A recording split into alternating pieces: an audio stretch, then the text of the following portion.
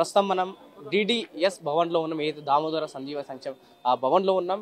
ఏదైతే కవిత గారు జాగృతి అనే సంస్థ పేరుతో డెడికేషన్ కమిషన్ ఏర్పాటు చేయాలని చెప్పేసి ఇక్కడ మెమోరాండం ఇవ్వడం జరిగింది. లోపల ఏం జరిగింది, ఏ విధమైన డిమాండ్లు పెట్టారు, కులగణన జరిగితే ఏ విధంగా జరిగితే బాగుంటుంది అనే విషయాలపై మనం మాట్లాడే ప్రయత్నం చేద్దాం. మనతో పాటు పల్లె రవిగౌడ్ గారు ఉన్నారు. అన్న, ఏంటి ఈ కులగణన నిజంగానే తెలంగాణలో అమలయ్యే అవకాశాలు ఉన్నాయా, లేకుంటే ఇది ఎలక్షన్ స్టంట్ కోసమైనా చూసుకోవచ్చా? ఈరోజు డెడికేటెడ్ కమిషన్కి తెలంగాణ జాగృతి అధ్యక్షురాలు శాసనమండలి సభ్యురాలు కల్వకుంట్ల కవిత గారి నాయకత్వంలో వివిధ ప్రజా సంఘాలు, తెలంగాణ ఉద్యమ సంఘాలు, బీసీ సంఘాలు అందరం కలిసి ఒక విజ్ఞాన పత్రాన్ని ఇచ్చినాం. దాంట్లో చెప్పింది ఏంటంటే, ఏదైతే చాలా స్పష్టంగా కాంగ్రెస్ పార్టీ ఎన్నికలకు ముందు కామారెడ్డిలో ఇచ్చినటువంటి బీసీ డిక్లరేషన్లో పేర్కొన్నటువంటి అంశాలు ఉన్నాయో వాటన్నిటిని మీరు యాజ్ ఇట్ ఈస్గా రికమెండ్ చేయండి అని చెప్పేసి చెప్తాం. అవి అమలు చేస్తుందా చెయ్యదా, కాంగ్రెస్ పార్టీ అధికారంలో ఉన్నటువంటి ప్రభుత్వము అమలు చేస్తుందా చెయ్యదా తర్వాత, కానీ ఈ డెడికేటెడ్ కమిషన్ మాత్రం వాటన్నిటినీ తప్పనిసరిగా సిఫారసు చేయాలి అని చెప్పేసి వాటన్నిటినీ చెప్పినాం. ఎందుకు అంటే, ఇవాళ అధికారంలోకి వచ్చినటువంటి రేవంత్ రెడ్డి గారి నాయకత్వంలోని కాంగ్రెస్ పార్టీ గడిచిన 11 నెలలుగా ఆ రోజు ఎన్నికల్లో ఇచ్చినటువంటి హామీ ఏంటంటే, అధికారంలోకి వచ్చిన 3 నెలల్లోనే డెడికేటెడ్ కమిషన్ వేసి బీసీ కులగణన చేసి స్థానిక సంస్థల్లో 42% రిజర్వేషన్లను అమలు చేస్తామని చెప్పేసి చెప్పింది. ఇప్పటికి 11 నెలలు అయిపోయింది, 12వ నెల నడుస్తుంది. ఇంకొక 10 రోజులు అయితే సంవత్సరం పూర్తి అవుతుంది. అయితే ఇక్కడ ఈ ప్రాసెస్లో జరిగిన తంతు ఏంటంటే, ఎన్నికల హామీని అన్ని వర్గాలని మోసం చేసినట్టుగానే, అన్ని వర్గాలను వంచినట్టుగానే బీసీలను కూడా వంచడానికి, మోసం చేయడానికి కాంగ్రెస్ ప్రభుత్వము సిద్ధపడి ఏంటంటే బీసీ కమిషన్ వేయటానికే తాత్సారం చేసింది. మొక్కుబడిగా జీవో ఇచ్చేసి ఏదో ఇచ్చేసినామని చెప్పేసి 150 కోట్లు పెడుతున్నామని చెప్పేసి చెప్పింది. అసెంబ్లీలో ఏదో తీర్మానం చేసినామని చెప్పేసి ఆ పేరు మీద ఈ పేరు మీద కాలయాపన చేసి లాస్ట్కి ఏమైపోయిందంటే దాదాపు 8-9 నెలలు గడిపేసింది. అయినా కూడా బీసీ సమాజం అప్రమత్తంగా ఉంది కాబట్టి ఎట్టి పరిస్థితుల్లో వదిలిపెట్టకుండా, ఎటువంటి పరిస్థితుల్లో కూడా బీసీ కులగణన చేయకుండా బీసీలకి 42% రిజర్వేషన్లు స్థానిక సంస్థల్లో పెంచకుండా ఎన్నికలు పెట్టేది లేదు, పెట్టనిచ్చేది లేదు. పెడితే తెలంగాణ బీసీ సమాజం ఊరుకోదు అని చెప్పేసి అప్రమత్తంగా ఉండి ప్రభుత్వాన్ని ఎప్పటికప్పుడు హెచ్చరిక చేస్తూ నిలబడ్డం. దానికి బీఆర్ఎస్ పార్టీ కేసీఆర్ గారు, కేటీఆర్ గారు కూడా వెన్నుదన్నుగా నిలబడి దాన్ని చేసినారు. అంటే అనివార్య పరిస్థితుల్లో బీసీ కమిషన్ అపాయింట్ చేసినటువంటి బీసీ కమిషన్ కూడా ఏంటంటే, ఏదైతే బీసీ కమిషన్ అధికారాలు లేనటువంటి, కోర్టు పరిధిలో నిలబడనటువంటి బీసీ కమిషన్ రెగ్యులర్ కమిషన్ని 1993 చట్టం ప్రకారంగా ఉండేటటువంటి బీసీ కమిషన్ వేసి ఇదే డెడికేటెడ్ కమిషన్ అని చెప్పేసి ఒక ఎగ్జిక్యూటివ్ ఆర్డర్లో చిన్న డెడికేటెడ్ ఫర్ బీసీ ఎన్యూమరేషన్ చెప్పేసి ఒక ఆ జీవోని చేసి మోసం చేసే ప్రయత్నం చేసింది. అది నిలబడదు అనేది బీసీ సమాజం అప్పటికి బీఆర్ఎస్ పార్టీ, బీసీ సమాజం, ఉద్యమ సంస్థలు అందరం మొత్తుకుంటున్నా కూడా అదే మోసాన్ని, వంచనని కొనసాగించే ప్రయత్నం చేస్తే గత్యంతరం లేక న్యాయ పోరాటాన్ని కూడా చేయాల్సి వచ్చింది. ఆ న్యాయ పోరాటం నేపథ్యంలోనే హైకోర్టు ఇచ్చినటువంటి ఆదేశాల మేరకే బీసీ డెడికేటెడ్ కమిషన్ వేసింది. అంటే ప్రధానంగా ఎక్కడ చూసినా ఓబీసీల గురించి చాలా వరకు మాట్లాడారు. కానీ ఈ ఎంబీసీ అనే కొత్త నినాదం జాగృతి వైపు నుంచి కావచ్చు, మీలాంటి పెద్దలు ఎత్తుకోవడం ఎందుకు జరిగింది? ఈ ప్రధానంగా ఈరోజు ఎంబీసీ అని కూడా లోపల తీయడం జరిగింది. అది ఏంటి ఎంబీసీ అంటే ఏంటి, ఎందుకు తీయాల్సి వచ్చింది? ఇప్పుడు ఏమైందంటే ఎంబీసీ అన్నది ఎందుకు అంటే, బీసీలలోనే ఇవాళ బీసీలకే ఇప్పుడు బీసీలనే కానీ అందులో కూడా ఇంకా కూడా అత్యంత వెనకబడినటువంటి బీసీ వర్గాలు ఉన్నాయి. ఆ బీసీ వర్గాలకి ఇప్పటికీ బీసీ జాబితాలో తెలంగాణ రాష్ట్రంలో 136 కులాలు ఉంటే దాదాపు 85 కులాలు ఇప్పటికీ ఏ చట్టసభలే కాదు, కనీసం స్థానిక సంస్థల్లో కూడా ఒక వార్డు మెంబరో, ఒక కౌన్సిలరో, ఒక సర్పంచో, ఒక ఎంపీటీసో, ఒక జెడ్పీటీసో లేకుండా ఉన్నటువంటి, అడుగు పెట్టినటువంటి, అవకాశం దక్కనటువంటి కులాలు 85 కులాలు ఉన్నాయి ఇప్పటికి తెలంగాణ రాష్ట్రంలో. అటువంటి వాటన్నిటిని కూడా రాజకీయంగా అవకాశం కల్పించేటట్టుగా, ఆర్థికంగా వర్గాలనే అభ్యున్నతికి ఏం చర్యలు చేయాలో వాటన్నిటి విధంగా ఆ దిశలో ఈ బీసీ కమిషన్, డెడికేటెడ్ కమిషన్ నివేదిక ఉండాలని చెప్పేసి వాళ్ళ వివరించి చెప్పాం. దాంట్లో ఉన్నటువంటి అన్నీ కూడా మొత్తం ఒక్కొక్క పాయింట్గా దాదాపు 20 అంశాలను కూడా విడమర్చి చెప్పడం జరిగింది. ఓవరాల్గా ఏంటంటే మేము అంతిమంగా కమిషన్ చైర్మన్ బోసారపు వెంకటేశ్వరరావు గారికి విజ్ఞప్తి చేసింది ఏంటంటే, ఈ దేశంలో ఇప్పటి వరకు ఏ విధంగానైతే బీసీల అభ్యున్నతి కోసమో రాజకీయంగా, ఆర్థికంగా, సామాజికంగా బీసీలకు ఇది చెయ్యాలని చెప్పేసి డిమాండ్ చేయడానికైనా, ప్రభుత్వాలు ఇది చేయాలని ఆలోచించడానికైనా ఉన్నటువంటి ఒక బేస్ నివేదిక ఏంటంటే దేశవ్యాప్తంగా మండల్ కమిషన్ నివేదిక 1980లో వచ్చినటువంటి మండల్ కమిషన్ నివేదిక. అదే ఆధారంగా ఉంది. అది ఒక చారిత్రకమైనటువంటి ఒక నివేదిక ఉన్నది. ఇవాళ ఈ 80 తర్వాత జరిగిన అనేక పరిణామాల నేపథ్యంలో, అనేక న్యాయ వివాదాలు, అనేక అడ్డంకుల నేపథ్యంలో ఏర్పాటైంది ఇవాళ బీసీ డెడికేటెడ్ కమిషను.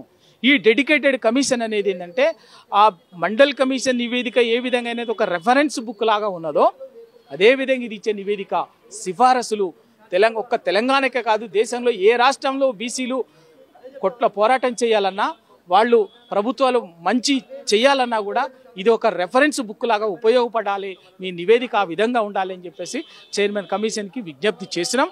దాంట్లో ఇలా ప్రభుత్వం నుంచి ఎలాంటి ఒత్తిళ్లకు లోను కాకుండా స్వేచ్ఛగా నిజాయితీగా నివేదిక ఇవ్వాలి అని చెప్పేసి చెప్పినాం.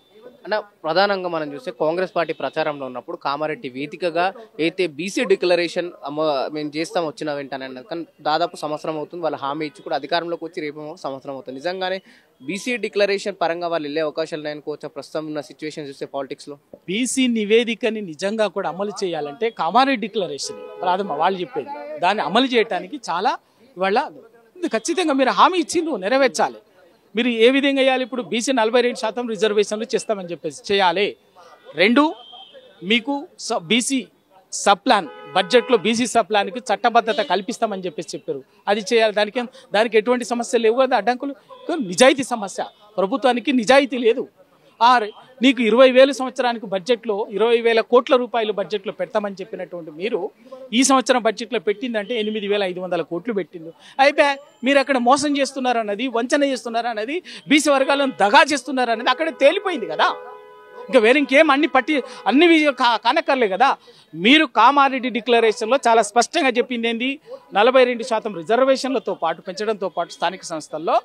రెండవది అతి ముఖ్యమైనది ఏంటంటే బీసీ సబ్ ప్లాన్ ఏర్పాటు చేస్తాం, దానికి చట్టబద్ధత కల్పిస్తాం తొలి అసెంబ్లీ సమావేశాల్లోనే అని చెప్పారు. ఎన్ని సమావేశాలు జరిగింది, అయిపోయింది. ఆ చట్టబద్ధత ఇప్పటివరకు కల్పించాలి. బడ్జెట్లో 20,000 కోట్లు పెడతామన్నారు, సంవత్సరానికి 20,000 కోట్ల చొప్పున 5 ఏళ్లలో 1,00,000 కోట్లు పెడతామని చెప్పారు. ఈ సంవత్సరం బడ్జెట్లో 8,000 కోట్లే పెట్టిరంటేనే మీరు మోసం చేసినట్టు కదా, తేలిపోయింది కదా. రేపు బీసీ కమిషన్ నివేదిక విషయంలో కూడా ఇదే మోసాన్ని, ఎందుకంటే మీరు బీసీ అసెంబ్లీలో తీర్మానం చేసిన రోజు నుంచి కూడా అడుగడుగునా బీసీకు కామారెడ్డి డిక్లరేషన్ని పక్కకు పెట్టి బీసీలను వంచడానికే మీ కార్యాచరణ ఉంది, మీది తేలిపోయింది. కేవలం ఏంటంటే ఇవాళ బీసీ సమాజం నుంచి వస్తున్నటువంటి ఒత్తిళ్ళని, పోరాట చైతన్యాన్ని తట్టుకోలేకనే ఫస్ట్ ఆ నివేదిక అన్నారు, ఆ కమిషన్ అన్నారు, అది కాదు అని చెప్పినాం. లీగల్ ఫైట్ చేసి డెడికేటెడ్ కమిషన్ వేసారు. డెడికేటెడ్ కమిషన్ కూడా పరిధి 1 నెల రోజులు పెట్టిరు. 1 నెల రోజులు ఎట్లా సాధ్యమవుతుందండి? దాన్ని డెడికేటెడ్ కమిషన్ అనేది చాలా విస్తృతంగా స్టడీ చేయాల్సినటువంటి అవసరం ఉన్నది. దానికి కాలపరిమితి 1 నెల రోజులు విధించడం అన్న దగ్గరనే మీ మోసం బయటపడింది. 2, కులగణన చేస్తున్నారు, ఇంటింటికి సామాజిక ఆర్థిక రాజకీయ సర్వే చేస్తున్నారు. ఆ సర్వేలో 75 ప్రశ్నలు పెట్టిండ్రు. ఆ 75 ప్రశ్నలు ఏంటంటే రాబట్టాల్సినటువంటి సమాచారాన్ని కోసం ఉండాల్సిన ప్రశ్నల కంటే ప్రజల నుంచి తిరుగుబాటు వస్తే ఏ ప్రశ్న అడిగితే ప్రజలు చీదరించుకుంటారో, పోయినటువంటి ఎన్యూమరేటర్ని ఇంట్లో నుంచి తలుపేసి ఇంట్లో నుంచి బయటికి వెళ్ళగొడతారో అటువంటి ప్రశ్నలు పెట్టి మీరు ఆ సర్వేని ఒక తూతు మంత్రంగా మార్చేటటువంటి కుట్ర చేసిండ్రు. ఆ కుట్ర జరుగుతా క్వశ్చనైర్లోనే తేలిపోయింది కదా. ఎస్, నేను అడుగుతున్నాను, ఒక వ్యక్తికి సంబంధించినటువంటి దేనికోసం సర్వే చేస్తున్నారు? ఆ వ్యక్తి యొక్క మీ బ్యాంక్ అకౌంట్ డీటెయిల్స్ ఇవ్వండి అని చెప్పేసి మీకేమవసరం? ఆస్తులు ఏమవసరం? మీకున్నటువంటిది మీరు ఏ ఉద్యోగం చేస్తున్నారా, ఏంది సామాజికంగా, ఆర్థికంగా, రాజకీయంగా చెప్పండి. ఆ వివరాలు దేనికోసం ఇవాళ?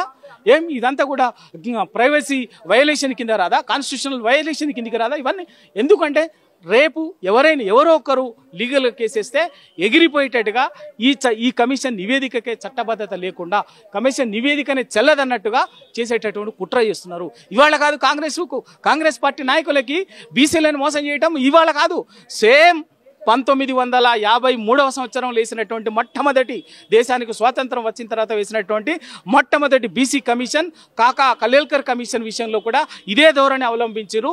ఆ రోజు కూడా నెహ్రూ గారు పండిట్ ప్రధానమంత్రి అయినటువంటి నెహ్రూ గారు కాకా కలేల్కర్ కమిషన్ బీసీ కమిషన్ ఏర్పాటు చేసి నివేదిక ఇచ్చిన తర్వాత ఆ కమిషన్ గందరగోళంగా వచ్చేటట్టుగా చేసి ఆ నివేదికని 70 సంవత్సరాలకు అమలు చేయకుండా ఇప్పటికీ చెత్తబుట్టలు వేసినటువంటి చరిత్ర కాంగ్రెస్ పార్టీది. సేమ్ ఆ రోజు ఏ విధంగానైతే ఆ రోజు చెప్పింది ఏంది, కాకా కలేల్కర్ కమిషను నివేదిక శాస్త్రీయంగా లేదు అనేటటువంటి కారణంగా వచ్చిన తర్వాత TOR మీరే ఇస్తారు, అన్ని ఇస్తారు.